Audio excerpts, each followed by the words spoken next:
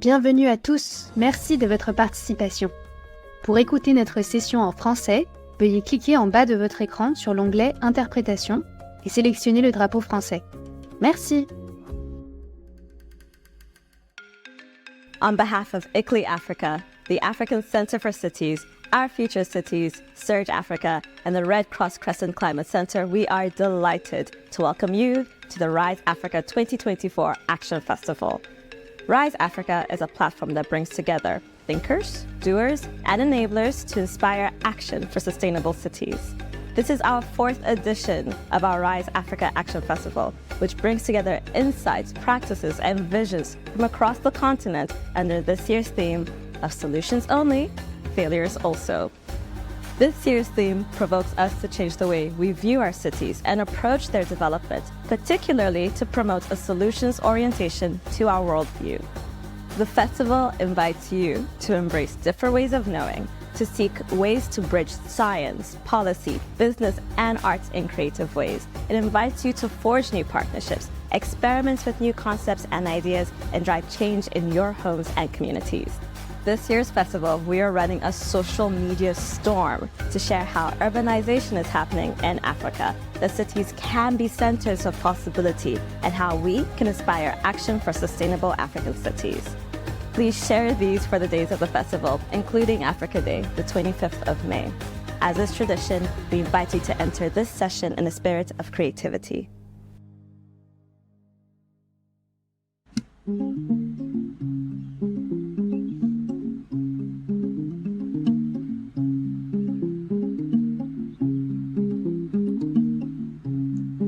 Niaje. My name is Ngatia. This is Timothy Erinaitwe. We are from Nairobi, Kenya. The poem we're about to do is called Ululation.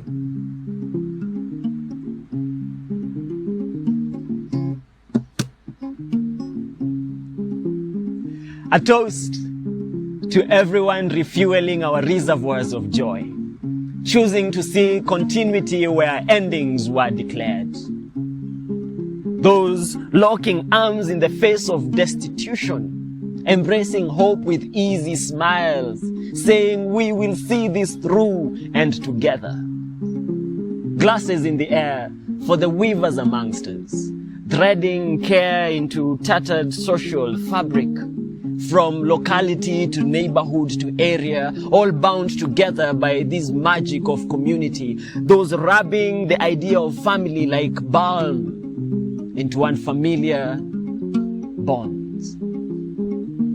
A dedication to all the dreamers, adding color to the mosaic of our present, birthing new patterns into the spaces where old techniques ran out of steam. Those rebuilding, rethinking, reloving, reusing, redesigning, rebecoming, and sketching out fresh layers onto cities that were handed to us. May our trail inspire passion in those that follow our footsteps.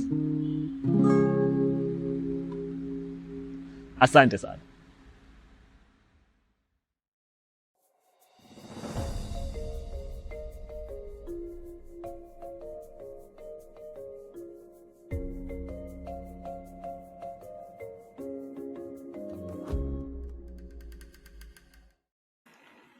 Good morning, good afternoon, ladies and gentlemen, wherever you may be. A warm greetings from the mother city of South Africa, Cape Town, from the headquarters of ICLEI Africa, where the magic behind Rise Africa is happening. We welcome you to the 4th rendition of the Rise Africa Action Festival. It is my honor to welcome you to the session today, where we are exploring solutions only, but very importantly, failures also. My name is Ivan Poe. I will be today's session facilitator. I work with ICLEI Africa, specializing in urban food systems and more specifically food governance and stimulating peer-to-peer learning between cities across the continent. Just before we start, I would like to just remind all of us here to use the chat. In the chat, my colleague Tashi will be sharing several links and information that will be useful to just ensure that the session runs smoothly. the session. There is interpretation available in the session, so please have a look at the chat on exactly how that dynamics will work. Going forward, just a reminder to please keep yourself muted in order to not disturb the speakers. Remain muted, and if you have any questions, please just raise your hand, and there's also the option to ask any questions you might have in the chat, and we'll come back to it at the end of the session. So back to the session. It is within this broader theme of solutions only, failures also, that we will be exploring markets as leverage points for more inclusive, just, nourishing and sustainable food systems. We are honored to have esteemed speakers from across the continent to join us here today. In the session, after an initial welcoming, we'll hear from Dr. Gilbert Siame, who is from the University of Zambia. He will give us a bit of a background of markets and the importance in a context of African food systems. He will be followed by Wilbur Kakere. He will share with us some success and failures of interventions that Ricolto, his organization, have gone through with municipal markets, more specifically. Then we'll take a little bit of a pause just to reflect. We will use this space to visualize and tap into our imaginations. And then we'll engage in some collective thinking of how we see the future of African markets to look like. This part of the program is really intended to be engaging and participatory, so we really invite all of you to bring your ideas to the fore. This reflective session will then be followed by interventions that are purely geared toward exploring a solution for African markets to fulfill this transformative potential that we really hope to foreground today. We will hear from my colleague and my friend, Amy Murgatroyd, who's also here at ICLEI Africa, and we'll hear also from Alex Nanasinkam, who works for idea.org. There will be a little bit more of an formal introduction before every speaker's slot. So, a friendly reminder that today's session is brought to you by the AfriFood Links project. AfriFood Links is an unapologetically ambitious project that aims to transform urban food environments by strengthening linkages between food system stakeholders in cities across the continent of Africa and Europe as well. This food system transformation process is being led by African Centers of Excellence. As you can see on the screen, it's a consortium of partners from across the globe, but very much from across Africa, and it is being funded by the European Union. So, what is AfriFood Links? As you can see on the slide, these are the cities that we work with. We work in 5 hub cities in which the vast majority of the investments, which I'll explore in a little bit, are taking place. They are Cape Town, Kisumu, Mbale, Ouagadougou, and Tunis.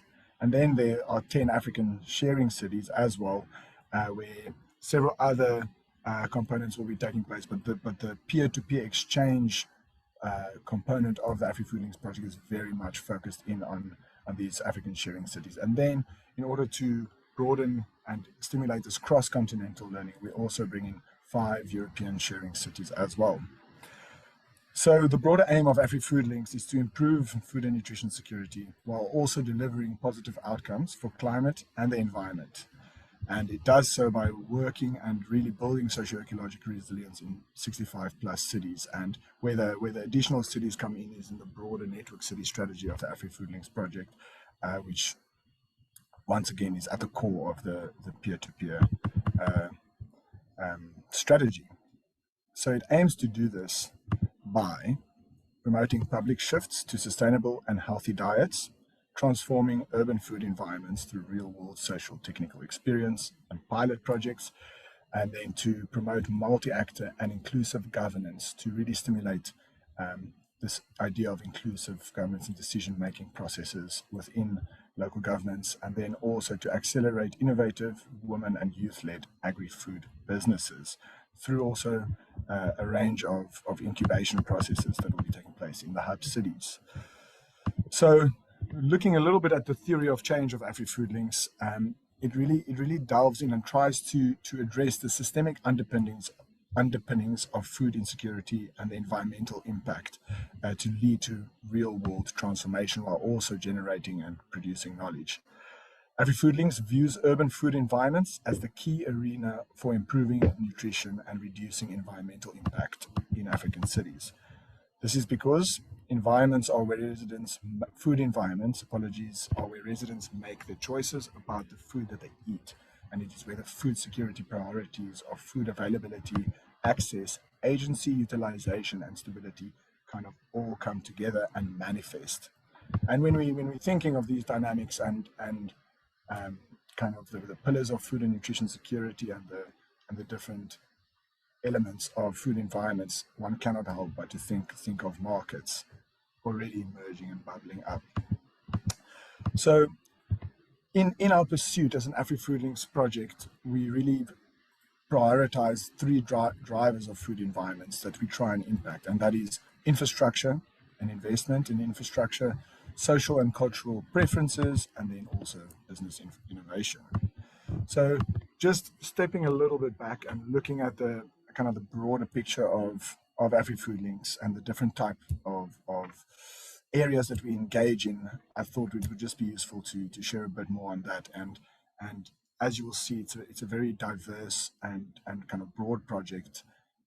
There's components of research where each of the participating cities have an embedded researcher who's conducting a wide range of studies on the city's food systems. There's this strong element of governance where we both kind of celebrating food cultures within cities through what we call food dialogues, but also trying to influence the governance within cities by bringing a diverse group of stakeholders together and to kind of either create new multi-stakeholder platforms or strengthen existing ones. There's also the element of enterprise where through incubation processes we help try and develop and support the development of food entrepreneurs.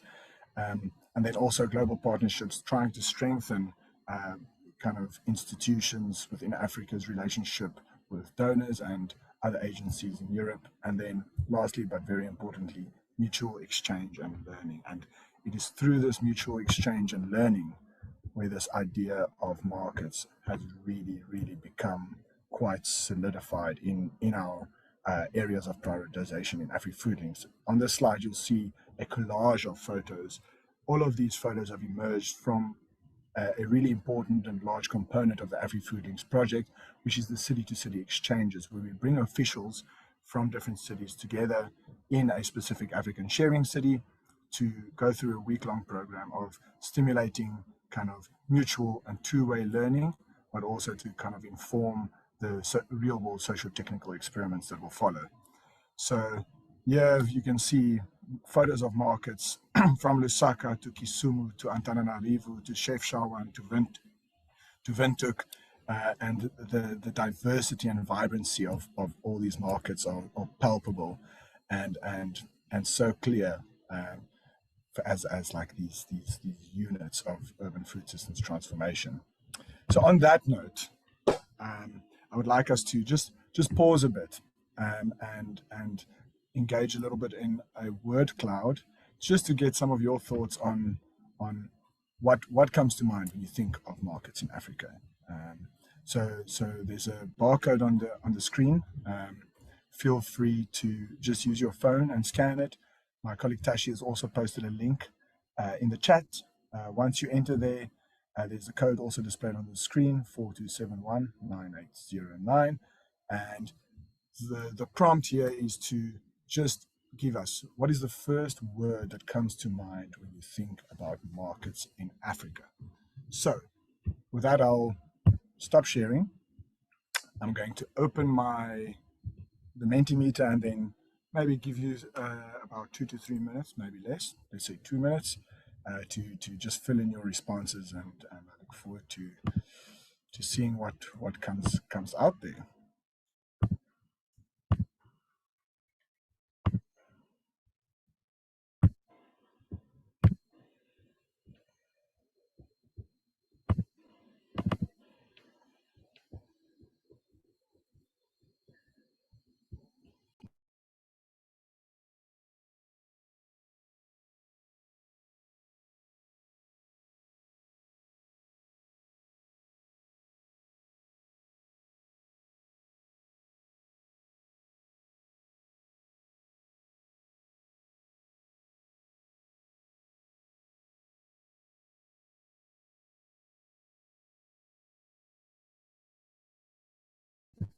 Apologies about that, but I think we are now on board again. Okay, so what's really interesting about this, just from kind of first looks, is the diversity of words. We have waste, we have chaos, we have hawkers, we have complex, but then we also have innovative. We've got colors, we've got balanced diet, we've got fresh food, we've got color and vibrance.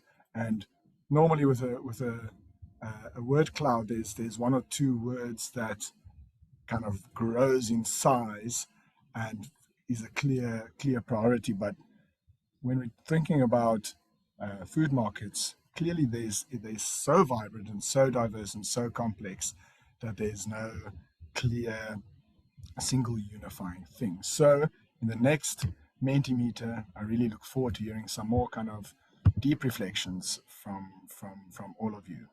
But with that said, I'm going to stop talking now, and I'll hand over to our first speaker, Gilbert, Dr. Gilbert from the University of Zambia. Tashi will also post a little bio in the chat to give some more information of this esteemed speaker. Thank you very much. Gilbert, over to you.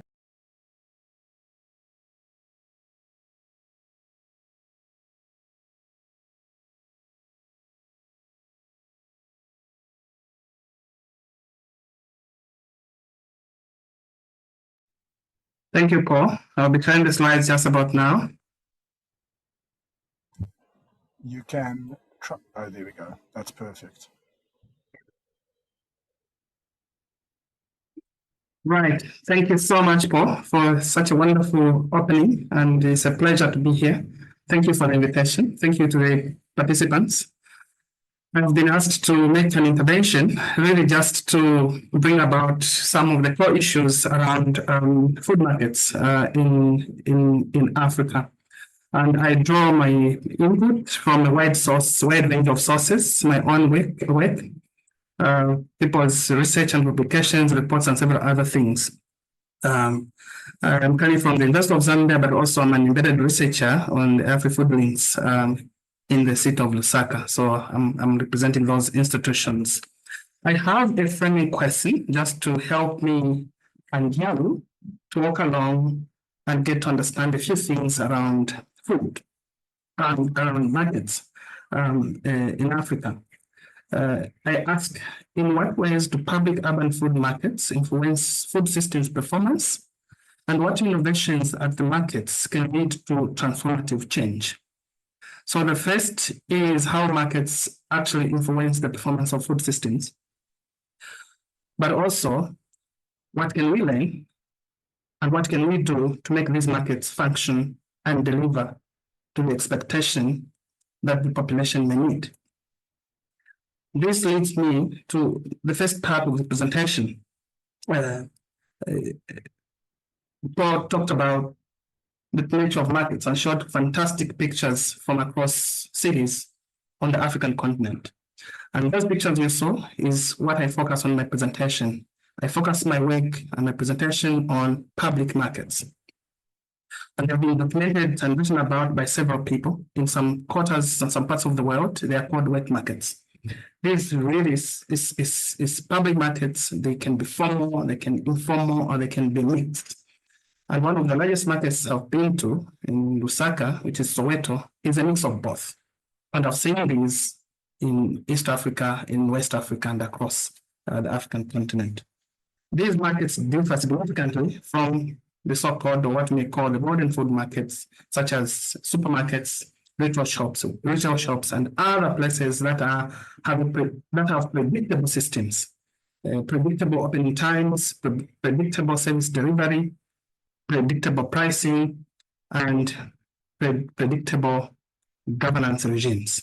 These markets that I'm talking about are quite unpredictable, they're hugely complex, and perhaps they're owned by nobody and by everybody.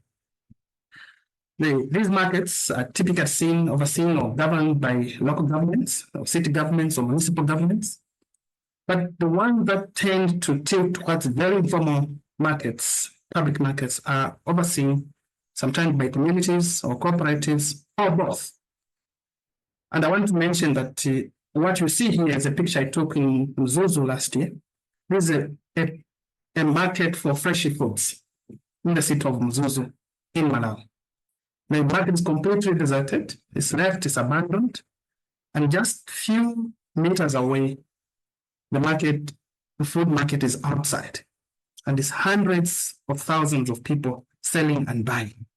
The question comes then is, do we have a very clear mind and statutes and processes and governance innovations on who owns these markets and who governs them? And if we answer that question with a clarity of mind, we can then begin to see accountability on how it was actually put there and what's supposed to deliver, and if it is delivering or not delivering, and what needs to change. So my first call to action is having clarity of mind on ownership and governance accountability. What's the importance when we're talking about these markets? I must mention that the formal system, the supermarkets, and other formal markets, very formal markets, other channels of delivering food other than the public markets, that space is very limited. And because of that limitation, not everyone, in terms of access, the farmers can access those markets. It's difficult. The standards, the regulations, and the pricing dynamics and regimes just cut millions out of those formal supermarket chains and other formal spaces. So if I'm going to talk of food security, nutrition security, or I'm going to talk of food systems that delivers and that performs, we have no option but to engage with public markets. And there is literature that demonstrates that these markets are major nodes in food supply chains across sub-Saharan Africa. Without them, there would essentially be starvation, hunger, and suffering. For example, a research that was done by one of my colleagues in 2017 established that about 90% of Lusaka population actually accesses food through these markets. There are several reasons for that, which I'll be talking about soon. So those markets are described as nerve centers. They're described as food nerve centers. For example, Soweto really distributes food across the region, entering into the Congo, into the Copper Belt, and several other places, food coming from such a big market like Soweto. And there are similar markets that I've seen in Dar es Salaam, in Nairobi, in Lagos, performing similar functions. But again, if we go back, we ask ourselves, who owns, who governs? And why do they look sometimes that chaotic and sometimes failing to perform the standard we expect? That question comes back on ownership and governance. Despite the significance that really these markets are the major nodes and the major supplier of food, the major market space for farmers, and the major action space for intermediary institutions, including agents, creating thousands of jobs. Why do we see them perform in the way they perform? The markets have, like I've already said, these markets are used extensively by consumers. In Lusaka, there's an 80% there of a population exceeding 2.5 million. The food producers, the farmers, the small-scale farmers, the commercial farmers, and commercial food traders and handlers all convening in a space like the market I just talked about. So there's no accountability to them. And because of this significance, the market is a place for selling, this market is for selling and for accessing food to consume. What ends up selling at the market is what influences the producers. The producers want to make ends meet. They're doing business.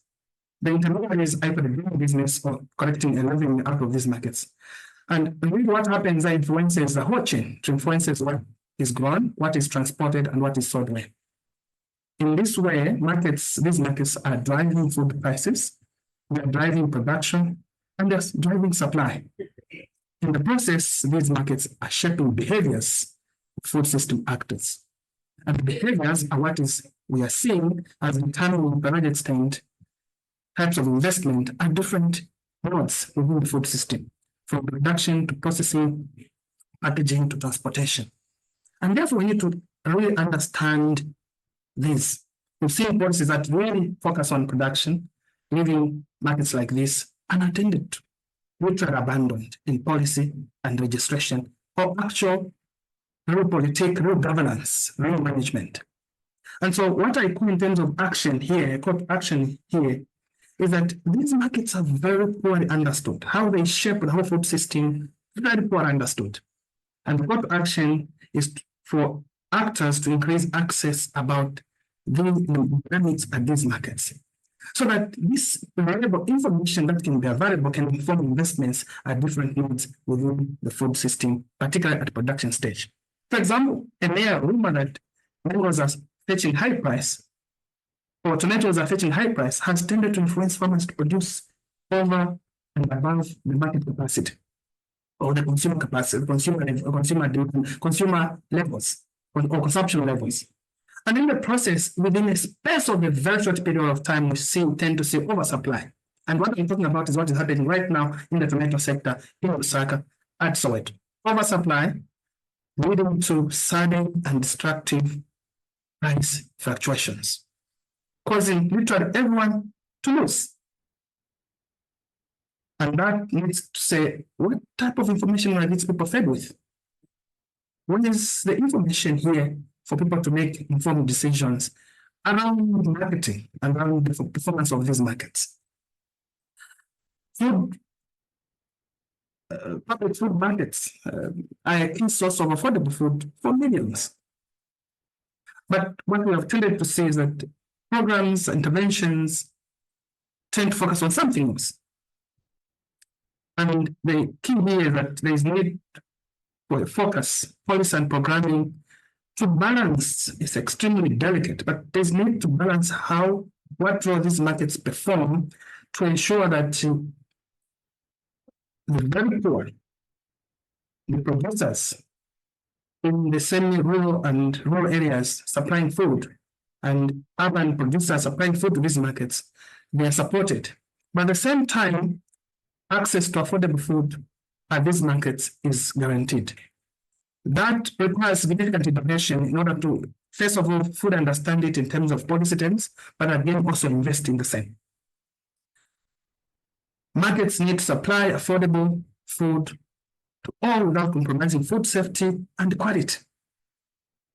So ensuring a steady supply, ensuring stability in pricing, and ensuring accessible food to the people, and ensuring that investors, those producing, those processing, and those supplying to these markets all have an equal share is an area of significant interest if these markets are going to perform differently.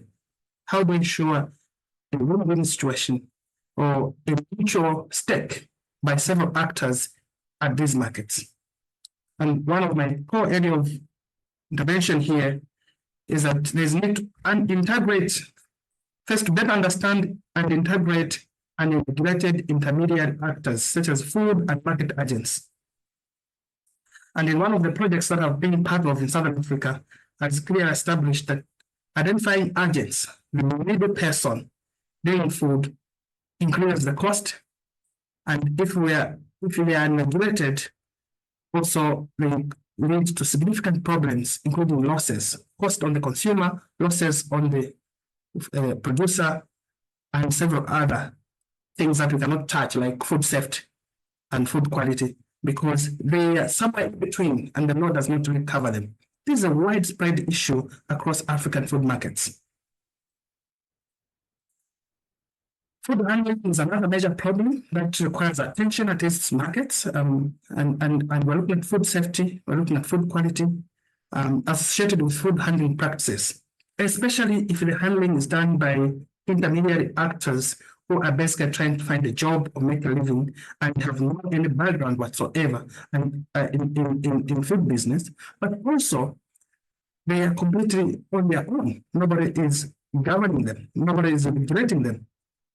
That has presented significant challenges for both consumers and also producers, destroying reputations for certain foods. Opportunity here lies in building capacity particularly to change perceptions at these markets, but also to build capacity for people to better handle food, to minimize damage, to ensure quality, to ensure physical appeal, and to ensure that people not have questions accessing these markets. They can access without really not just being driven by maybe affordable price. But it's a place of destination to get quality, safe, and taste food, fresh food from the farms. I want also to zero in on accessing indigenous foods. This is a picture that I took in Soweto Market, a place that really sells literally every type of food. And it's intriguing in that it's difficult to find certain indigenous foods in certain places. But for these markets, foods like this, we call it masuk. If you have Zambian colleagues here, Zambian people who may have tasted this food, it's quite a popular indigenous food.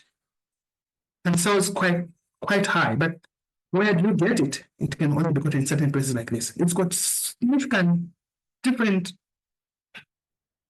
levels of types of importance, from its medicine to nutrition and several other elements. So what is needed here, in my view, is that these markets can offer opportunity for these foods to get to the front. But they're often overshadowed and nobody talks about them.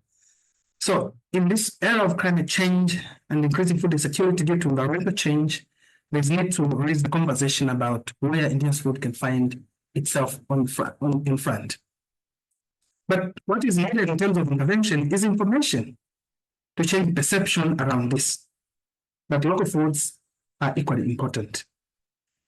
Part of that information should be involved with the way we design the markets. Are we able to see a designated space where we can find specific foods that really appeal to a particular need, particularly indigenous food, as a way of putting them in front and avoiding overshadowing these types of food? That's an area for discussion. Infrastructure, and soon I'll be concluding, infrastructure is a major crisis across these markets. You can see that track. There is no space where such a truck would enter to offload and sell those markets.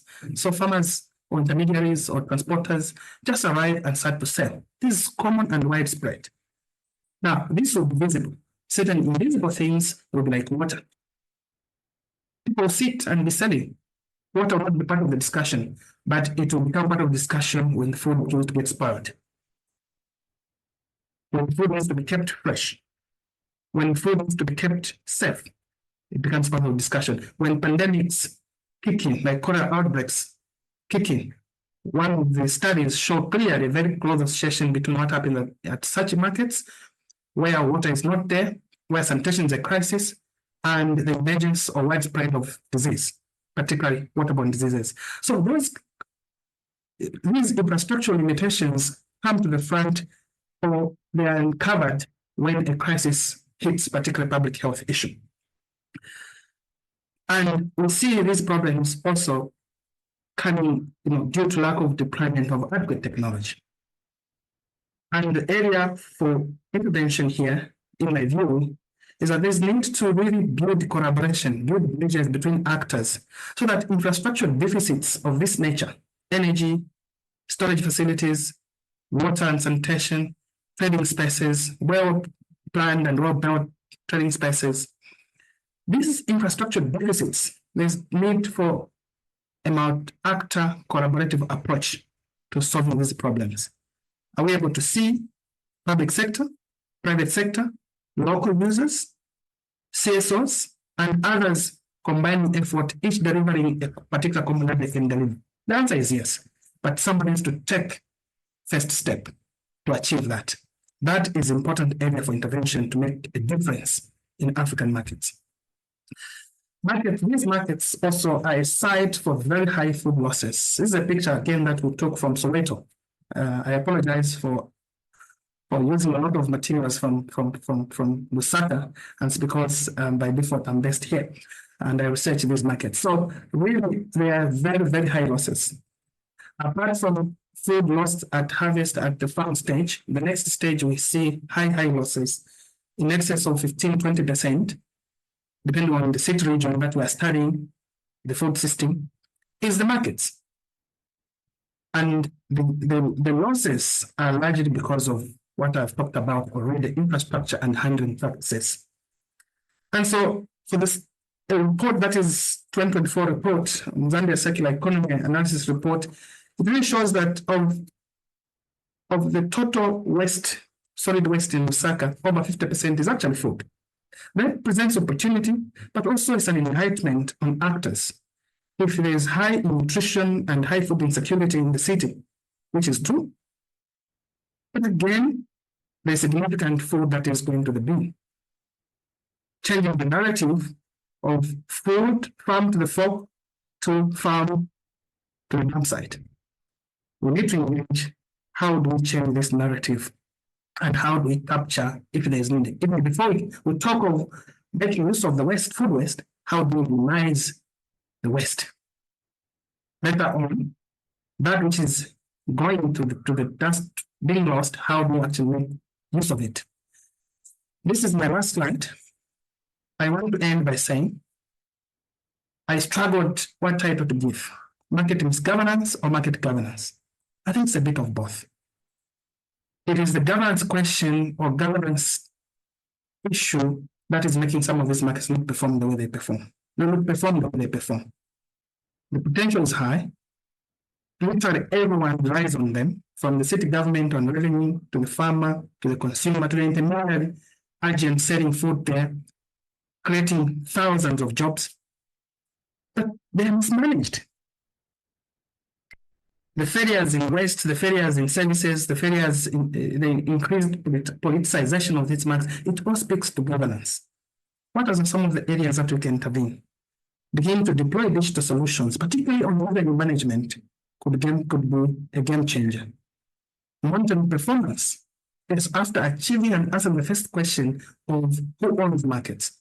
Then how do we monitor service delivery and how do we monitor performance? How do we monitor inclusion? How do we monitor gender participation in these markets?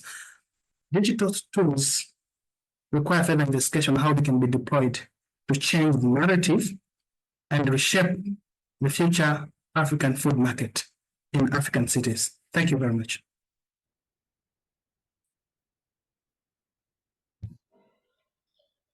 Wow.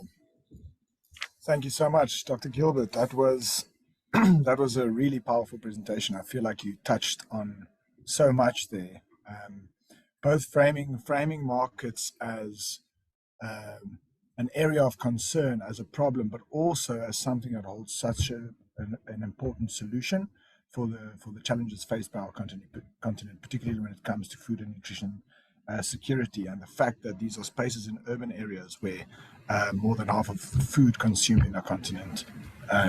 So I think you demonstrated the role that markets play really well, which is to increase access to affordable foods in urban areas. And just taking some statistics into consideration, according to the Food and Agriculture Organization, we in our continent around 24% of the people are moderately or are severely food insecure versus a global average of 11%. These issues are concentrated in urban areas. When we're looking at moderate food insecurity, which is more linked to issues of nutrition, we're sitting at an average, a continental average of 60% against the global average of 29%. So there's this massive disparity, and once more, these markets are operating. As you said, in Zambia, 90% of fruit and veg are purchased in markets. The continental average is between 70 and 80%. So these markets, even though they are a big contributor to many of the challenges and problems within our food system, they are already playing this really important role. And you summed it up so well by bringing it down to this idea of governance. Governance is the failure. This is what we need to embrace, is why aren't these markets working as well as they can? And it's issues of governance. And it's not just about who owns the market, because as you said, everybody owns the market, but nobody owns the market. But it's about how we think about these markets through, and how we develop governance processes through co-creation and collaboration. So really, thanks so much for that intervention, Gilbert. I really look forward to unpacking some of these ideas that you put on the table a little bit more in our discussion point. But first, we'll hand over to our next speaker, Wilbur. Over to you. Wilbur will reflect on some of his experiences as Ricolto, but also as the city coordinator of Mbale in the AfriFood Links project. So without further ado, I'll hand over to you, Wilbur. Take us away. All right, good afternoon, everyone. And thank you for this opportunity. Can I confirm that you can see my screen? Perfectly. Great.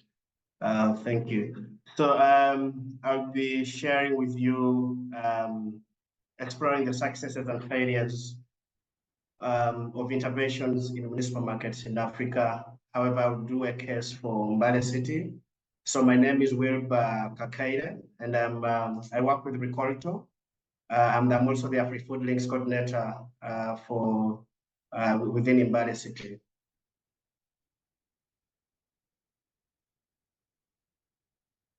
So with Ricolto, just a brief is one of our key focus areas is what really shall we eat tomorrow? Does this really, as a question, does it trigger your thoughts in terms of what are we using today to produce our food, and as a key concern, what are we going to eat tomorrow? Tomorrow can be 2 years, 3 years, 5 years, 10 years from now. So as an organization, a key focus is literally on sustainable incomes for farmers, nutritious and affordable food for all. But quite core is our concern is ensuring that we really have food that is that's available for the tomorrow generation. Just giving a bit of context for Mbale. Mbale is found in Uganda, and it has a population. By 2014, we were around just 96,000, but currently we estimated around 500,000 people in the city. But this is a new city which was created just 2-3 years ago. But it's a major business hub in the eastern region, and we are also neighboring Kenya, but also it's a transit route to Sudan. And also a lot of our businesses or our food goes to Tanzania. But most recently, Mbale as a city is a signatory to the Milan Urban Food Policy Pact, because it's an economic hub in the eastern region. But because of the opportunities around this city as well, we also experience high migration rates due to the livelihood opportunities. But however, there are some interesting facts as well about Uganda. Even though generally there's we could say there is food within the country. However, 1.3 million Ugandans were diagnosed with foodborne diseases, and this was as far as just August last year from an annual report that was done. But also another interesting fact that I could also share is that as an organization, we commissioned a study here in Mbale, and we found out that a lot of our food, fruits and vegetables were contaminated, and this also included the public markets. So there's been a lot of focus on incentivizing access to safe and sustainable food in traditional markets with an aim of driving change across different pillars of sustainable food production, inclusive markets, but as well as engaging the vendors and consumers, while also enabling environment. So these are basically quite a few starters I could give about Mbale, but my discussion is going to focus on our interventions that we have done for Mbale as a market, where we are neighboring Kenya and on the slopes of Mountain Elgon in eastern Uganda.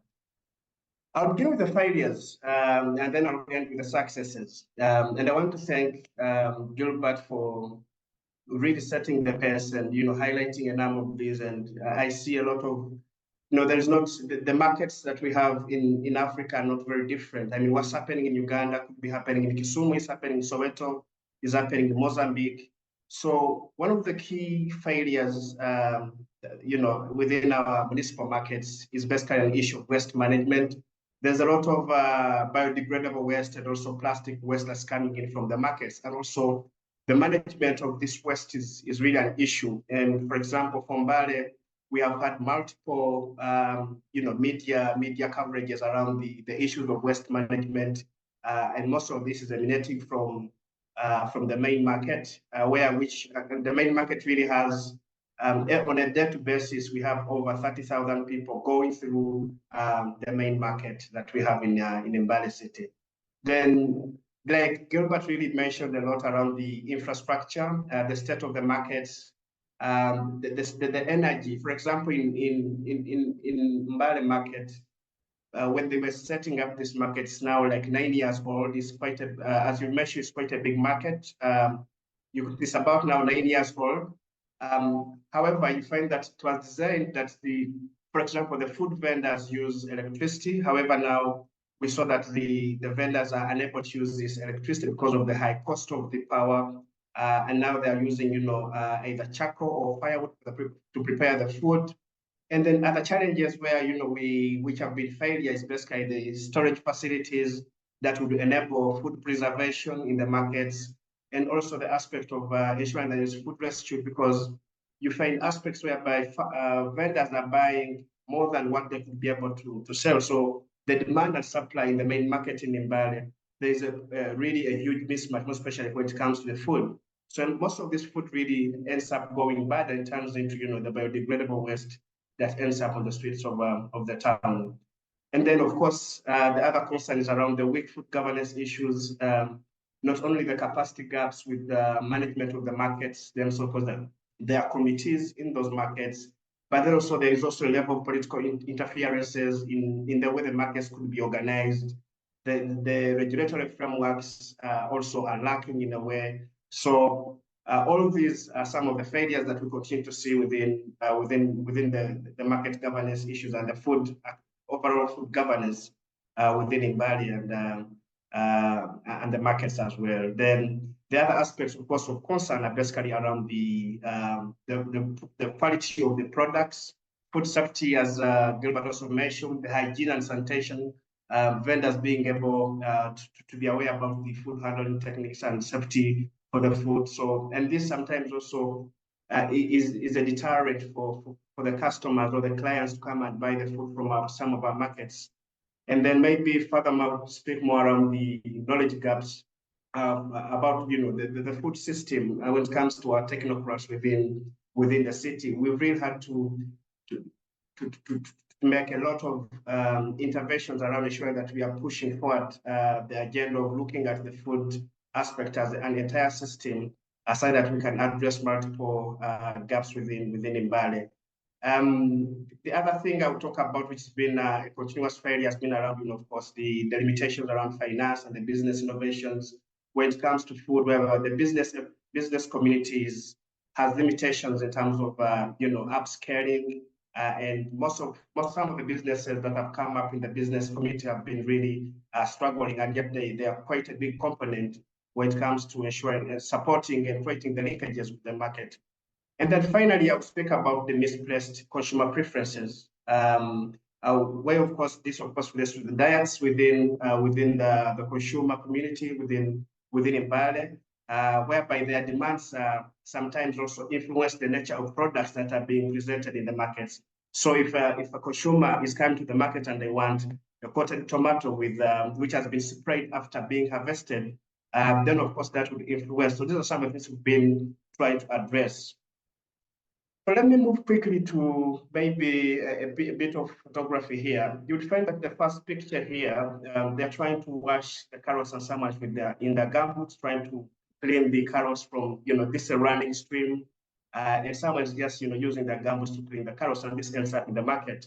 So even the display mechanism is in the sacks. You could see here coated tomatoes, which are sprayed actually after harvesting, with the myth that after spraying them, they will have longer shelf life, and this which would be hazardous to the consumers at the end of the day. But what's our kind of transition process in terms of the successes? What are we trying to do in Mbale? One of the things we've looked at is ensuring that we improve on the display process within the markets, that the vendors now improved stalls.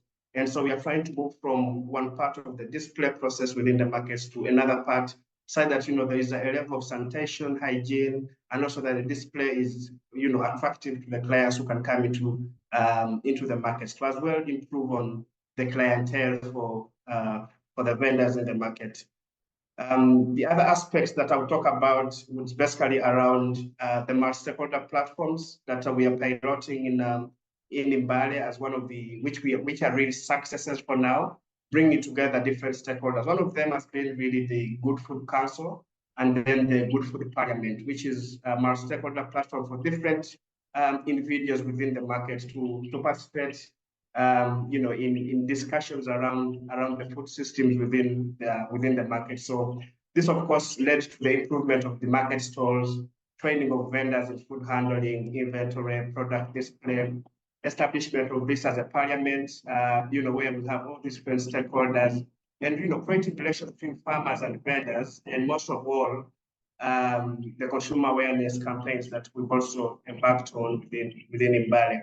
And we are beginning to see a lot of transformation based on this. However, maybe beyond the market, we take note that there is need for sustainable production, because without the production on one end, what we are producing is basically what ends up in the market. So there's also been a lot of collaborations with different entities to ensure that we have regenerative practices or techniques that are shared, or equipping the farmers out there with skills, and as well as addressing issues around traceability and quality management, and enabling farmers to access quality inputs. So we see that as a result of this, we are seeing more uptake of the urban farming techniques, and farmers adapting to regenerative practices for their food production. And the other aspect I'll talk about is, of course, the business community, where we are really looking at engaging. We've had engagements with the market vendors, ensuring that these vendors have improved stock management, safe food handling. So these are really some of the successes that we've seen to date. That with the improved display and the different and the stock management, the vendors are having a better way of managing their businesses within the markets, with less food wastage that could happen.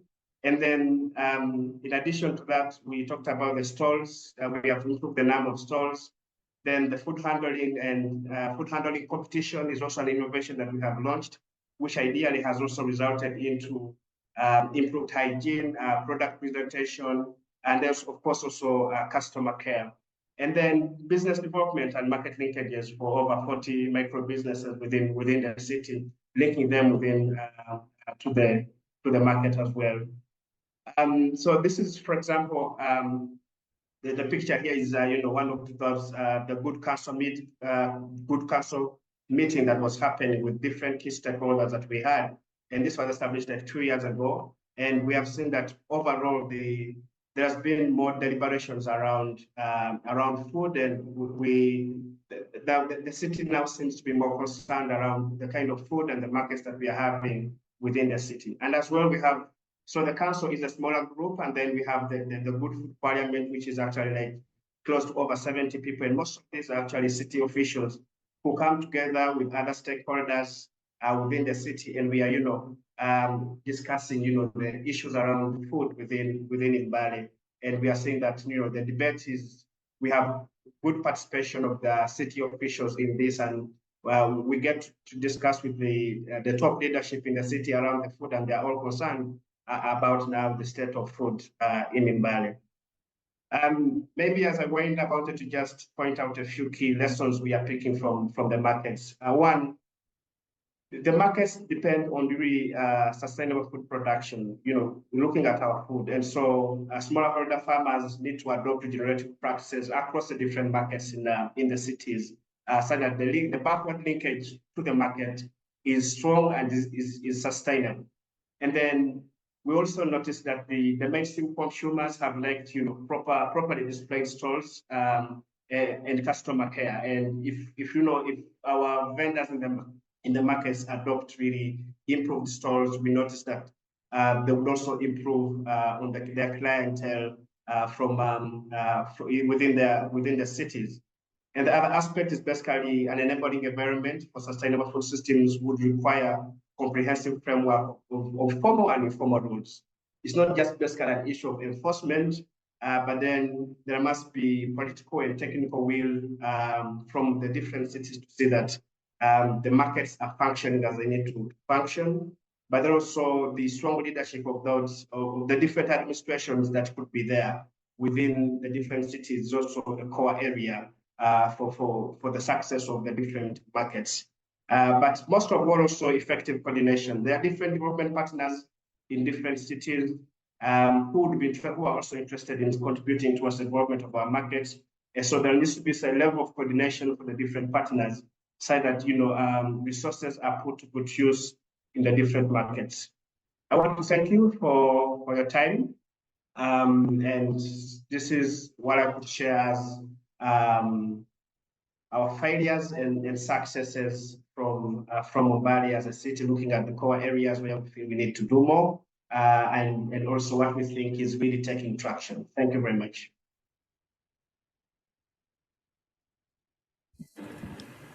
Thank you so much, Wilbur. Let me just put my camera on. Once more, what an interesting presentation. I feel like what I'm learning through these is when we reflect on markets and the role of markets, it's not just a space of retail, but also it fulfills so many different roles, from being spaces of social cohesion where people can come together, spaces that celebrate local and traditional foods, and also spaces that build local economies and a diversity of businesses. I think one area I would like to reflect on a little bit is where you picked up quite well from Gilbert's presentation on actually reflecting on a solution space for this issue of governance.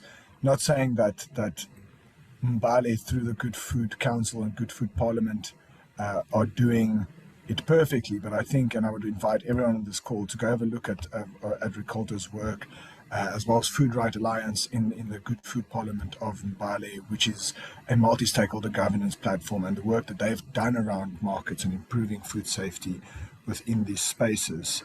Really, really impressive work, and thank you so much, Gilbert.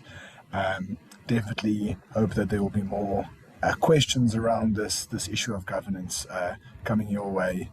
So there's just been we've kind of just shifted things around in the program a little bit. We chose to rather give space for all the presenters now, and then we'll see afterwards how much time we have left for discussion.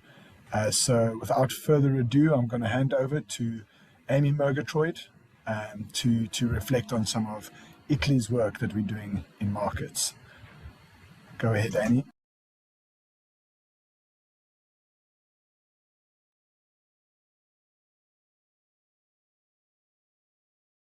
Thanks so much, Ivan.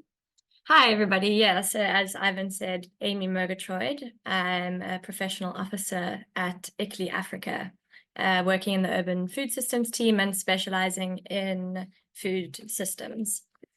I just want to say I feel so honored to be on a panel with the speakers that are here today. And definitely just to say that most of what I know about markets, I've learned from Dr. Gilbert. So yeah, it's an honor to speak with him. And so for today, I'm going to be focusing on two of the areas that ICLEI Africa are working in. So looking at cold storage as a solution, which is just one aspect of a more holistic market upgrade project that we're working on. And then also looking at finance as a solution. And because of the theme of our conference and our Rise Africa Festival is solutions only, failures also just focusing on the failures that we've seen coming up in the space, and just looking at how we're keeping our eyes out on them, and sort of preempting and making sure that we're not falling into the same traps. So how are we learning from failures? So the first project that we're working on is called Strengthening Fresh Food Markets for Healthier Food Environments. And this is a project that's funded by GIZ, and it's based in both Lilongwe and Lusaka City.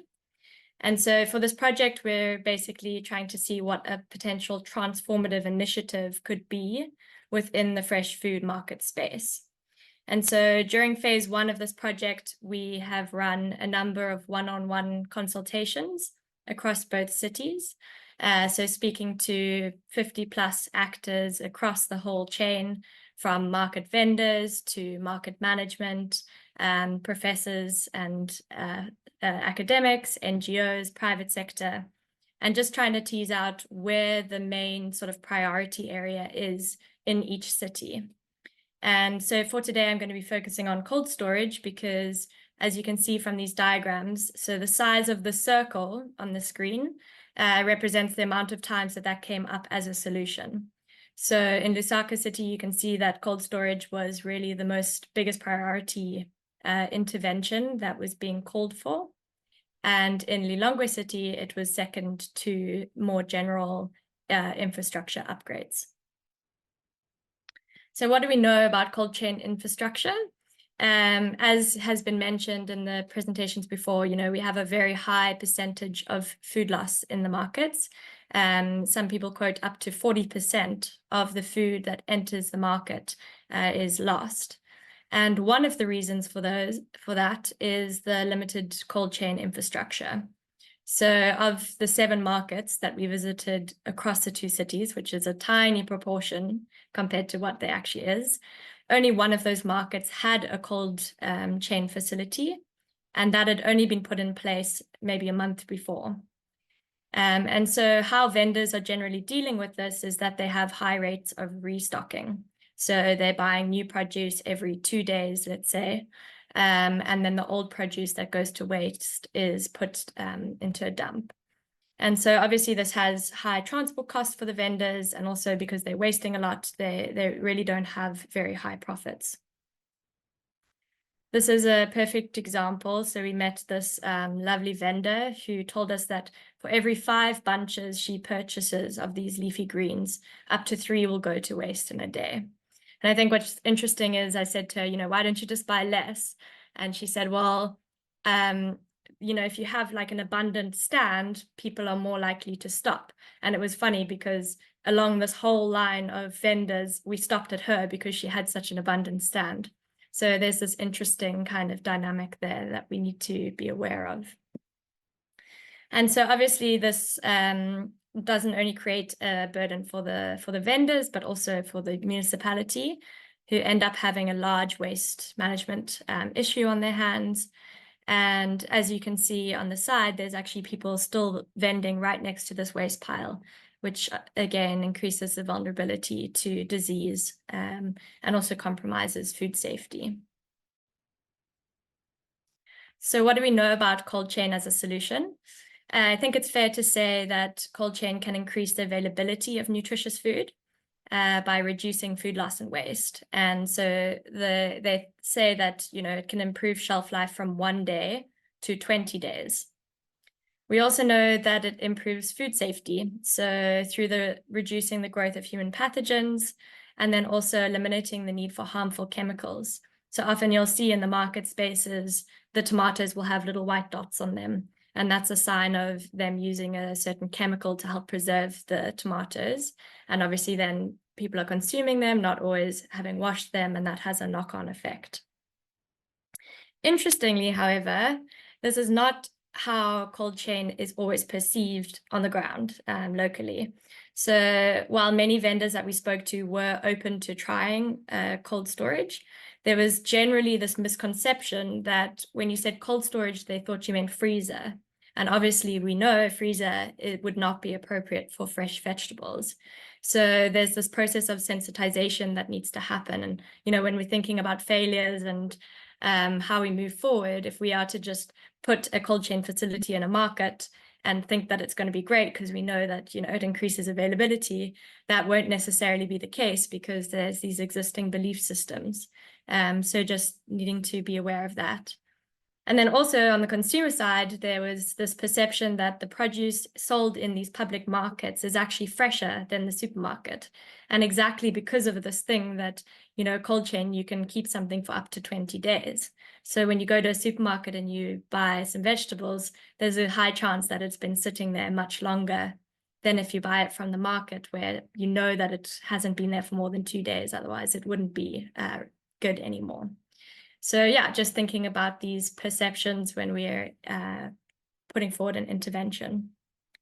So just to give you a little case study, this was a organization that we came across in Lusaka, NDK Solutions, and they've just put up this solar-powered cold storage hub at a cooperatively run market. And yeah, as their sensitization process, they're actually running like a 1-month free promotion. So they said to all the vendors, you can come and you can keep your produce in here for free. If it goes off, we'll cover the cost of it. And so through this, they're trying to create, knowledge around the benefits of cold storage. I also feel that this is a prime kind of space for public-private investment. The cost of one of these small units is $35,000, and then they charge roughly 5 Zambian kwacha per crate. So they say that there's a 3 to 4 year payoff period. And so this can, in the long term, be a great source of renewed income into markets. The second project that we're working on at the moment is called the Resilient Market Fund, REMARC. And this is something we were lucky enough to be one of 200 innovations that was chosen to work with the Climate Resilience Lab to develop this fund and idea. So just to say, it is still in the ideation phase. So the logic behind REMARC is that we've seen a lot of historical and also current market investments that are generally focusing on these greenfield projects, so new builds, focusing on wholesale markets and often focusing on building markets outside of the city. But from the local government partners that we work with, and especially through AfriFood Links, we've seen this need for support in actually upgrading existing retail markets. So, there's been rapid urbanization in these cities, and the markets are often uncoordinated and overcrowded, and they haven't kept up with the development. And so, instead of building these markets outside of the city, how can we start to upgrade existing markets? And so that's the niche that REMARC really hopes to fill, is making finance more easily accessible for local governments and also for public-private partnerships. The way that it'll work, so it'll be a loan facility working as a revolving debt facility. So this means that any repayments that are made will go back into the facility for future loans.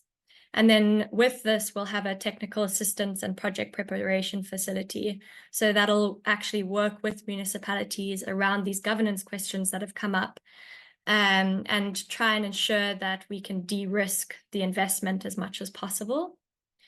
And we aim to use a blend of commercial and philanthropic funding. So donor funding coming in to kind of create the baseline, reduce the cost of the debt, and then having the commercial facility where we'll pay back an interest. And the outcome for this, is really to see markets becoming these vibrant sites of economic and cultural activity. And then also really importantly, looking forward, seeing them as sites for climate mitigation and circular economy activity as well. Just to go back to our failure case study. So this is a market that we came across in Zambia. I don't know if you can see the name. It's called Challenge Market. And like the picture that Gilbert put up of Mzuzu Market, there's a similar thing going on here. So in 2007, this market was built by the EU. And as you can see, it has all the features of what we think a desirable market should have. It's got wash basins, lighting, a proper roof, concrete floors. Yet this market is sitting at 52% occupancy. And when we asked some of the vendors why they thought this was, again, it came to the thing of street vending. So just outside here, there's a whole street full of people selling fresh vegetables. And so as a consumer, why would you come into the market if you can get everything you need outside? So these are the kind of things that we need to really be thinking about. Street vending, it's changed the way that people trade. And we need to make sure that we're moving with the times putting up markets where vendors are already working rather than trying to, you know, create these separate spaces. And then, yeah, just lastly, you know, markets, there's a lot of money moving through markets, and so they are very political spaces. And so we've seen that often new investments, they encounter delays. Maybe it's a procurement delay at the local government level. And also private companies are generally hesitant to actually loan money to municipalities because of this lack of transparency and governance. So as Remark, we're really trying to fill that gap. You know, we might have to be a bit agile and move into a different space, but as much as we can, we're trying to see if we can focus on this capacity building element and work with local municipalities so that they can access this kind of funding. Thank you very much. Those are just some of the things we're working on at ICLEI, and looking forward to passing on to the next speaker for a really inspiring presentation. Thank you so much, Amy. Yeah, not to boast, but extremely interesting things. I think just from the perspective of ICLEI Africa, this is kind of is a new and emerging topic that we're really focusing on, and it's become part of. We feel like we're joining this coalition of organizations working on urban food systems, and what we're realizing more and more is you can't talk about urban food systems without talking about markets. Markets are what I've heard someone say before, it's like the heartbeat of a city's food systems. All the food coming from the farms through the markets, especially when we're looking at these larger municipal like distribution centers, could also be privately owned. And it's the space that brings together farmers, small businesses, agro-processors, and the consumers in one area, especially in this continent where they're so widely used. So we're hoping that these solutions will just continue to grow and bolster this coalition that's forming around markets. And we look forward to maybe having another session on it next year to share some insights. But next, we'll hand over to Alex Nanasinkam, who will be sharing some of the work that IDEO.org's been doing around design of markets and their thinking around market spaces. So over to you, Alex. Thanks, Ivan, and Amy and the other speakers. I hope that there will be additive stuff in this presentation, but everyone has been sharing so much already. So thank you for all the learning. Okay. Can everyone see the screen? Maybe someone can just give me a thumbs up. Not yet. It's still there we go. Okay, great. All good. So as Ivan mentioned, hi everyone, I'm Alex Nanasinkam. I'm going to share a bit about leveraging the human-centered design framework, and more specifically speculative design, to build climate resilience in food systems. And I was told I have 10 minutes, so I'm going to try to answer these 3 questions via a brief overview of a case study from IDEO.org's portfolio, a project is focused on reimagining open air markets in Kenya. Just quickly, in case you're not familiar, IDEO.org is a nonprofit design firm, and we use an approach to our work called human-centered design, which is really just an innovation process that starts by listening to people and ends with solutions that are tailored to meet their needs, ideally. And our process is centered in co-creation with the communities that we are building or designing services, products, interventions for. And the process itself is anchored around 3 key moments, and I will share a bit about these moments through examples in the case study: inspiration and research, ideation and prototyping, and finally, implementation of whatever has been designed.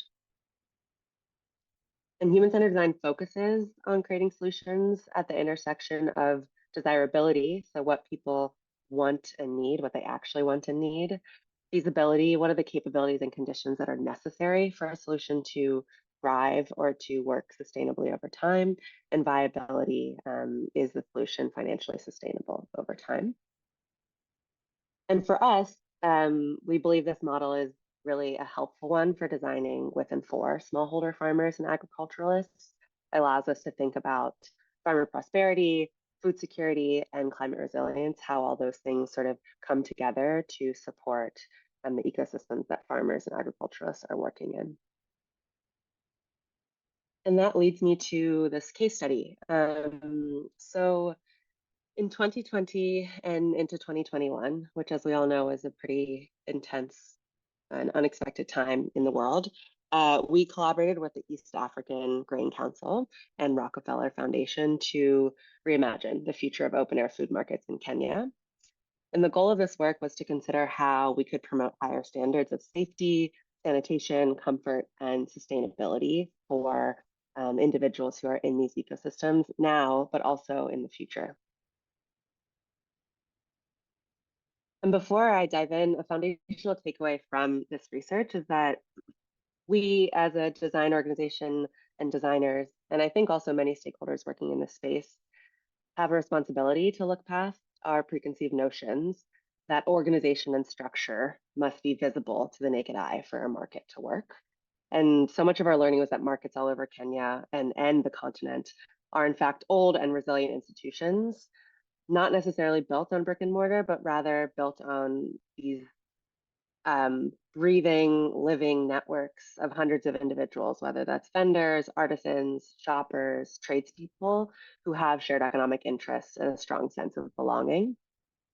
And this sort of principle allows markets to continue to exist despite so many challenges, whether it's climate change, floods and fires, the global pandemic, political instability, et cetera. So it's worth noting that this project was framed around speculative design, which is a fancy way of saying that we were imagining what might be possible and working with individuals across the market ecosystem and communities to build resilience in their quickly shifting environments. And the way we think about speculative design, or what people will call futuring at IDEO.org as a practice, is that it starts with systemically identifying major shifts that are happening in an environment that we want to design for. So in the case of redesigning open air markets, that's climate change, political instability, social and cultural shifts, economic variability as well. And then we move towards imagining the possible outcomes that we could see in this context that's quickly shifting. And so this looks like working with communities to understand what they imagine as the right solution or outcome based on their lived experience. When our team went into the field, we brought notepads, and a bunch of folks on our team who are talented illustrators would sit in conversation with vendors, operators, shoppers, and ask them, like, what do you think an ideal solution would look like? What hasn't worked? What could you never imagine being designed or built for you, but would be an amazing solution? And we would sketch them out and we would put them in front of them and we would say, like, is this what you're thinking? Is this what you're imagining? But really helping people think beyond just the current scope of possibility towards other possible solutions. And then the process ends with planning and building resilience for those possible outcomes. And so this really looks like moving from a speculative design that seems unbelievable into a possible solution that actually might serve an end user today or tomorrow. I think it's worth noting that this framework of futuring or speculative design, it's often used by corporations or for the for-profit sector to understand the economy, how the economy is shifting, how mega corporations can build resilience in those shifts. And because of that, I think historically it's failed to center the complex and intersectional experiences of people who are living in or come from the global South. So with this project, in partnership with the East African Grain Council and Rockefeller, we really tried to take a participatory approach to the work to make sure we were counteracting what has been a trend historically in speculative design and research. So I'll talk a bit about the research and then I'll share some insights. We can take a look at the prototypes and we'll wrap up. So in order to understand the day-to-day operations of these markets, as well as the space design and the interactions, Our research team spoke with vendors, shoppers, and operators across 7 markets in Kenya. And in addition, we also gathered inspiration from experts in satellite imaging from dynamic markets around the globe that we observed or learned were working well in certain ways as inspiration. And here are a few shots from our research, just to talk briefly about methods. So we did a lot of observation, just spending time in markets, watching these really complex, elegant systems work, and also seeing where maybe they didn't work as well. We had one-on-one interviews, focus group discussions. We also brought sacrificial concepts to the field, so ideas that we had based on our assumptions, and we put those in front of people and got quick gut responses from them, whether that seemed really interesting or not useful at all, etc. And then this project, halfway through the project, COVID happened. So a lot of our prototype testing and additional research that we would have returned to the field to do was done via remote interviews. And so we used WhatsApp for that and other platforms that we know that farmers were active on. And the outputs of the research were in-depth understanding of the users who are spending time in these spaces, as well as insights. And so these are just examples from our final report of the different archetypes that represent the different folks that we met in these spaces. And the archetypes were separated into vendors, operators, and shoppers. And between those 3 categories, there were maybe 20 archetypes of folks that you might find within these spaces. But this is just one example of a vendor, Josephine, a mango vendor who is in her mid-40s, based in Nairobi proper, or right outside of the city. And then here are examples of operators as well as shoppers that we met when we were in the field.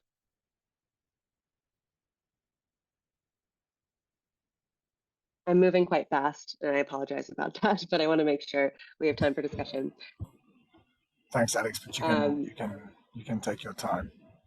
This is correct. Thanks, Ivan.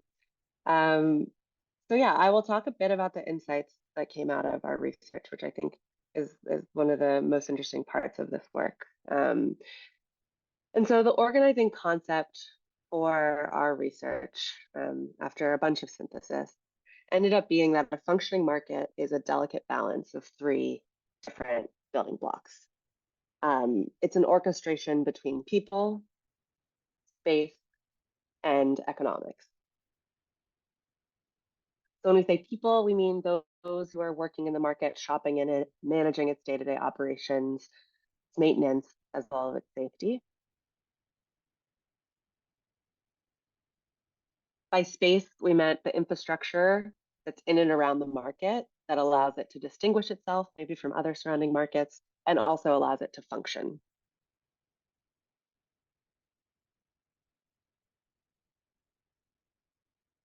And then economics, the financial transactions that respond to the laws of supply and demand in the market, which fluctuate throughout a day and seasons in a year, and are constantly evolving and transitioning.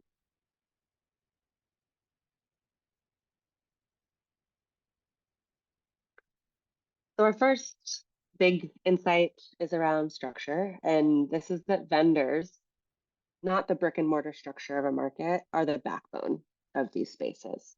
And so in the field, the team quickly learned that vendors are consistently and in really complex ways working together on virtually every aspect of their businesses, from buying stock to agreeing on prices and even sharing resources between one another. And this ultimately increases their bargaining power and their chances often of closing a sale. So even the proximity of their stalls, which someone who is not a member of this ecosystem might not really understand or might want to design against, but the proximity of their stalls is by design. Vendors are working together to arrange their stock in a way that's intuitive to shoppers or attractive to shoppers, like Amy was saying, in terms of looking like you have like a bulk amount of items. And so people might want to come to your stall instead of another. And they know the dietary habits of their customers and group their produce according to common recipes that they know their customers are going to be shopping for. We also learned that vendors, and this is, I'm sure, no surprise to many people on this call, especially given the past presentations we've listened to, but vendors are taking ownership of markets and they don't defer their management to local governments. They've established a governance structure for themselves that ensures the protection of their shared economic interests. And often the government feels like an unreliable partner in the work that they're trying to do, whether it's a formal or informal market context. So you see veteran vendors assuming leadership roles, being elected by other vendors, like really elegant, complex governance systems. And the vendors also know their power in influencing decision-making at the highest level of government through collective action, like unionizing is something that we observed in Kenyan markets. Second insight is around balance. So obstacles between vendors and their bottom line, we learned in our research, are the biggest disruptors to the market's balance. And so, as mentioned, physical proximity between vendors and the market has economic value to them. They can collaborate on sales, trade skills, and share resources. This is one aspect of the market ecosystem that's often been disrupted by attempts to totally redesign these spaces without a ton of understanding of what the actual users in the spaces need. Vendors set up their stalls in self-selected groups and share a customer base. They often will sell from each other's stalls and settle up at the end of the day. And by being next to each other, they can also negotiate and agree on discounts together on the fly for customers who might be buying from multiple stalls. So there's true value for them in that. And we also learned that vendors are building their business around their most loyal customers by learning their needs and offering value-added services. And so their businesses are highly adaptive and they can fluctuate based on demand. They'll tailor their stock based on their most loyal customers' preferences, which change seasonally. They also give them no interest credit, trust system. And they're also making use of technology like WhatsApp to take orders from customers and sometimes maybe even deliver to their highest paying, most loyal customers. And the last insight is around change. This one also not a surprise, I think, to this group, but vendors have suffered significant losses from well-intentioned but failed public interventions, making them skeptical, if not resistant, to change. What we learned or heard from vendors as well as operators in these spaces is that past public interventions in markets have consistently disregarded vendor needs, and they have more often than not been carried out without participation.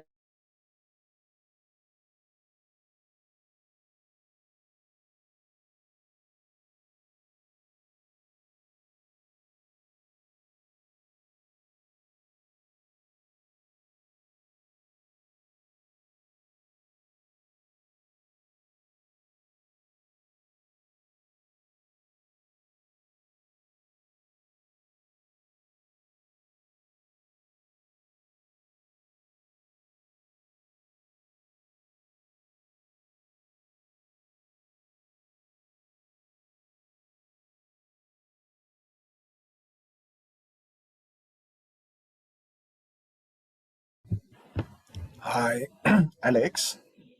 That's that's a shame. I think we've lost Alex. Can I just check? Can everyone still hear me? Yeah, I think Yes. Alex You? has gone down. Oh, that's a shame. That Maybe was he'll join in a minute. such an interesting presentation.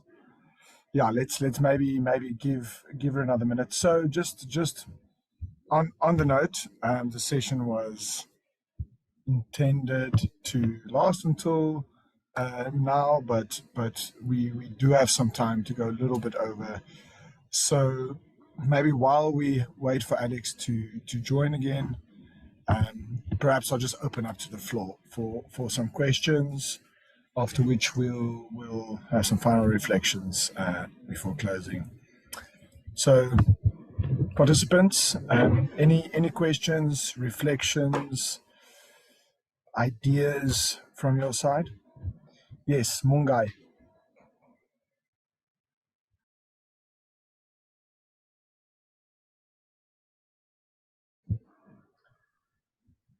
Hello, everyone, and thanks for the for putting this together and for the really awesome insights from all the panelists. My name is Mungai, and I am building a startup here in Nairobi, Kenya, to handle the issue of post-consumer organic waste to recycle it using the black soldier fly.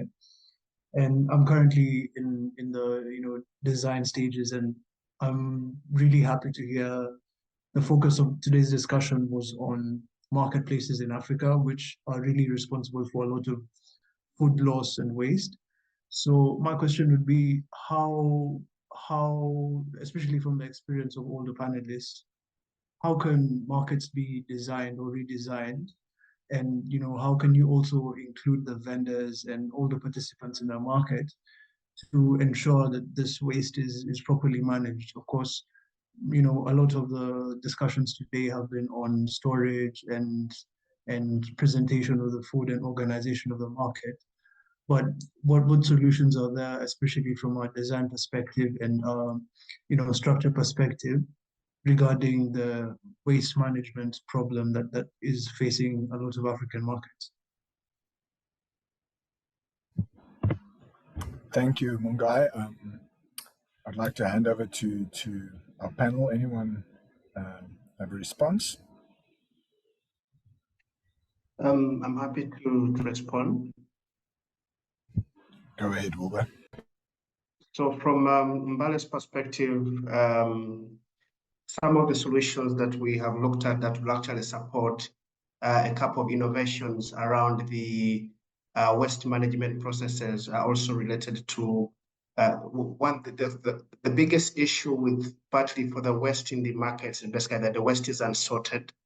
The biodegradable waste or the food waste is mixed up with the plastic. So even for any innovations that would come up, the black soldier fly farming and other guys would be interested in the plastic to face that challenge of ensuring that the sorting is potentially managed in earlier stages. So one of the innovations we are looking at, first of all, to do a sensitization kind of process with the vendor, but also provide different tools for biodegradable waste and also the other plastic waste which is not biodegradable, so that if the waste is sorted from the vendor level before it gets into where it's actually dumped or any other place that could be taken up, it's already sorted for that time. So we think that the sensitization and the provision of these bins which would separate this waste from the source is one of the major solutions that would actually promote the innovations that, for example, Mungai, you're talking about of the BSF farming. Thank you.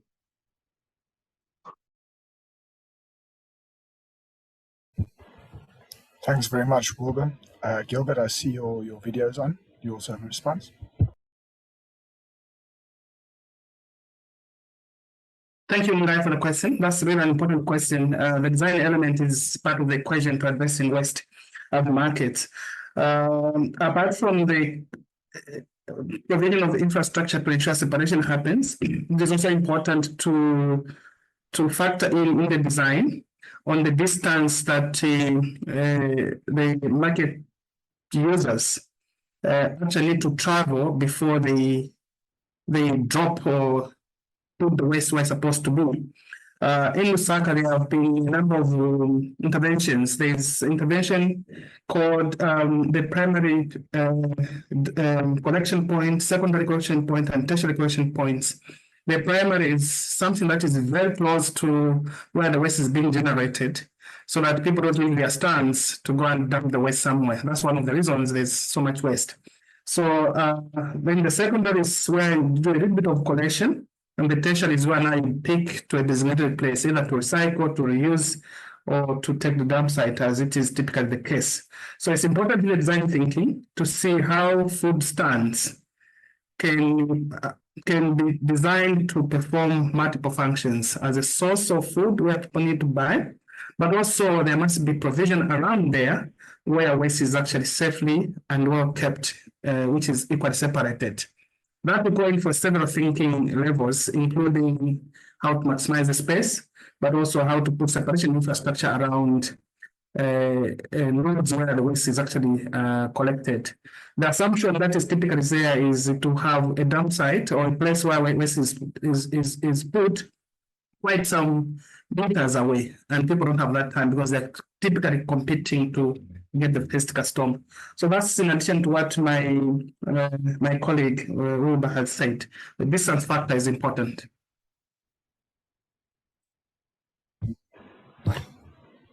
Thanks very much, Gilbert. Yeah, I love also that idea of thinking of how stands are designed, and I would be curious to know if there are any examples of that around as well.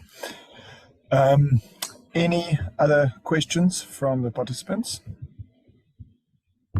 Okay, here we go. I think Vilma, your hand was up first. Please take us away.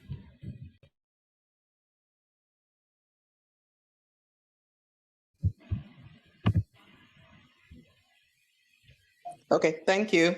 I missed the first two presentations, but I was wondering if in any of the studies, the researchers looked at climate change and how the vendors are reacting to climate change. Because I've been to like markets, open air markets, and I've told the marketeers that, look, your goods are getting boiled. It's so hot, and the wastage is going to increase. And the aim is finding that they want to show all the stock. That's what they told me. It's like, no, we need to display everything. And I said, but then everything is getting boiled and cooked in the sun. So are there any attempts to maybe educate the vendors? Because the wastage is going to increase as climate change increases. Thank you.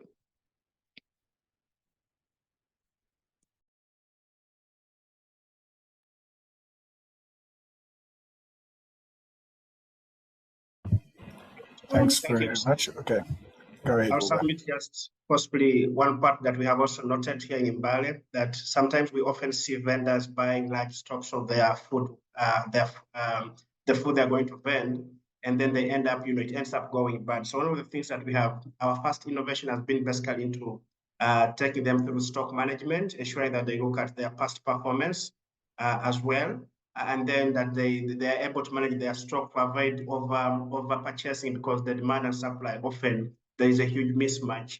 So that has been our first attempt to addressing that issue. But yes, other other aspects have been related to the creation of a circular economy related to the black soldier flies that we are trying to innovate as well in Mbale, aside that the farmers are able to engage in regenerative agriculture to some extent. But yes, if we think that if the vendors are taken through a level of stock management, it will also be one step to managing their food waste or food loss. Thank you.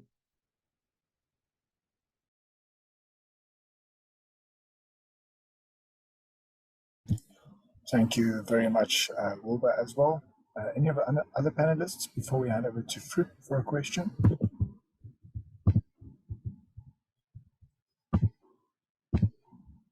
I'll just add something quick. So I think there is a level of complacency amongst many of the vendors. This is the way we've always been doing things. And so I think it might, unless there's proper intervention, take, physical effects, actually them feeling the brunt of climate change before an initiative is kind of taken up. So yeah, I think there's a lot of work to do around the sensitization and education around climate change. All right, so thanks for those interventions again, and Wilma, thanks for the question. I'll shortly share also an article around the connection between climate change and urban food markets in the chat now. We're going to hand over to Fru. I think we are being rejoined by Alex shortly, so we can ask her again to just offer some final reflections. So I'm going to hand over to you, Fru, to pose your question as we start wrapping up. Thank you.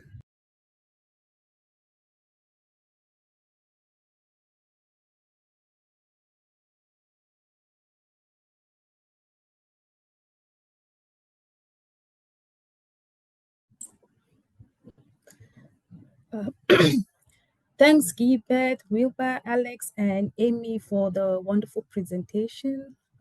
Gilbert, as you were presenting about the case of Lusaka, I also have a mine is more of a reflection based on a first-hand experience in Cameroon, where I hail from.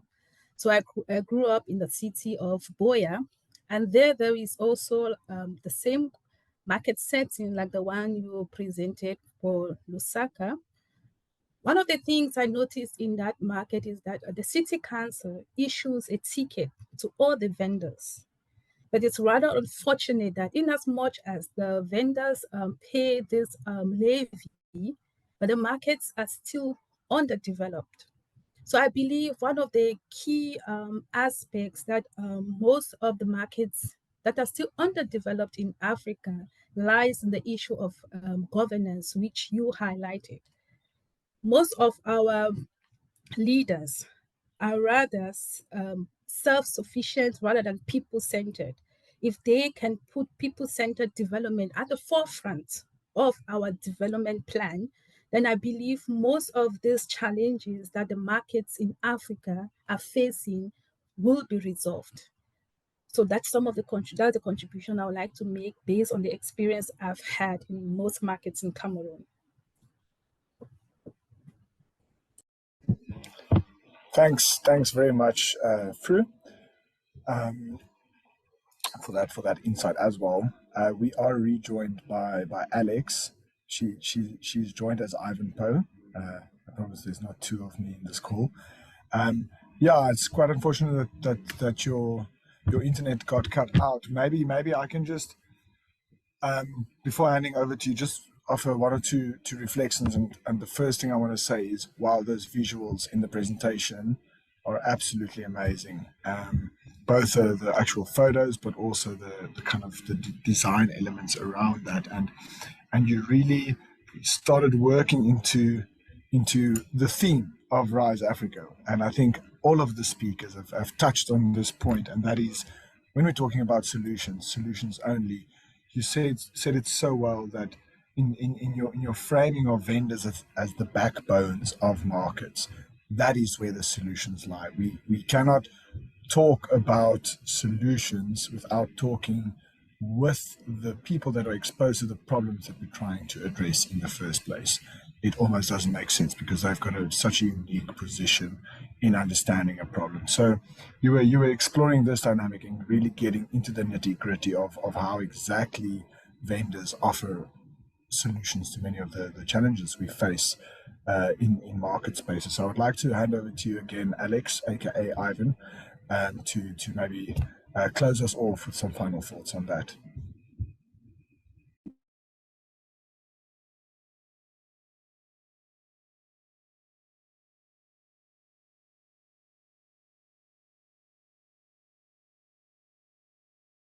Thanks, everyone.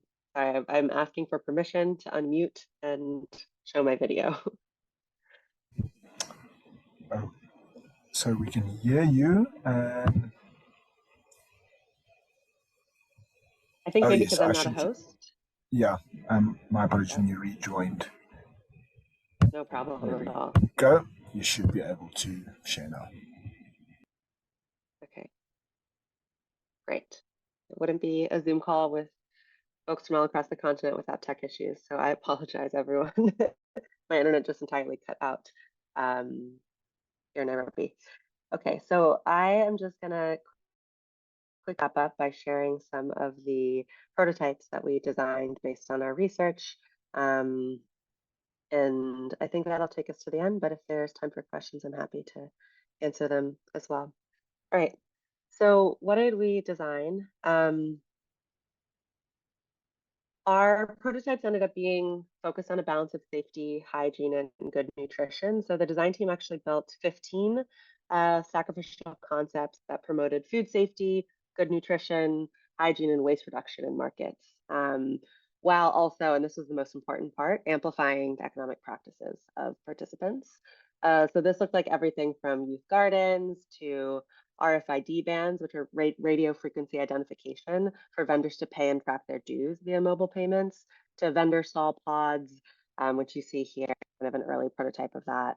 And the concept served as provocations that could be adapted in ways that suit local needs and contexts, which vary greatly across Kenya and then even more greatly across the continent, obviously. And we organized these concepts on this matrix of desirability. So really, again, centering how much do the individuals that are in these market ecosystems want these types of solutions and why, versus leading our solution design with the assumptions that we might have based off of the research we've read or things that we've understood or seen in our own lived experiences, which are pretty far away from those who are working and living in markets or working and collaborating in markets.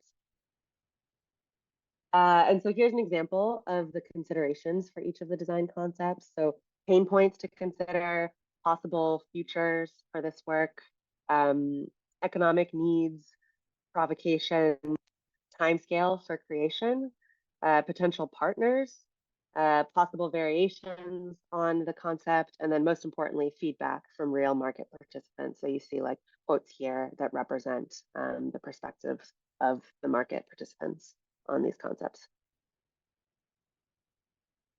And so I'll just show you a few of, sorry. I'll just show you a few of the sketches that represent some of the concepts and the insights that inspired them. So in terms of the buildings, a big pain point for vendors and shoppers was around frequent flooding, congestion, and lack of protection from the rain. So we learned that vendors need a seamless indoor-outdoor transition, as well as flexibility to relocate to reduce their revenue loss depending on the weather. And the team tried to bring that modularity into the design with retractable walls and roofs that give vendors the autonomy to reconfigure the space according to their needs. So they don't have to wait for someone to shift the space based on their needs, since they understand their needs best. In terms of the stalls, one of the most basic building blocks of a market, currently they're often made out of available materials like wood that are not rain, heat, or mold proof. And so the team reimagined a more modular, stackable, and weatherproof version of what already works. So instead of changing something entirely, taking what already works and making it a little bit more resilient, basically. Solar energy was another big concept we designed around. So there's no formalized power supply within most open air markets in Kenya, and I think this is similar across the continent. So today, vendors are forced to rely on energy sources that put them at risk, and in some cases have even led to fires in these spaces. And so this gap presented an opportunity to build integrated photovoltaics that double as an outer layer for the building, as well as a source of reliable electricity. And then waste management, which is a huge one. Cleanliness is one of the more critical concerns for all of the market participants, vendors, shoppers, as well as operators. And waste often can drive consumers away and jeopardize vendor health and the bottom line of their revenue. But when properly collected and treated, waste is a raw material that can be used for production and can create more revenue for the market. So here's sort of an example of a sketched out waste management system.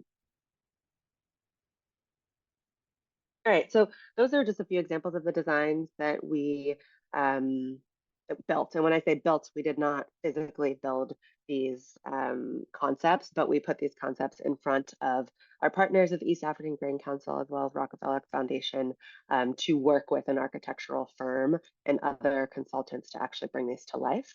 And part of that handover was passing off implementation playbooks.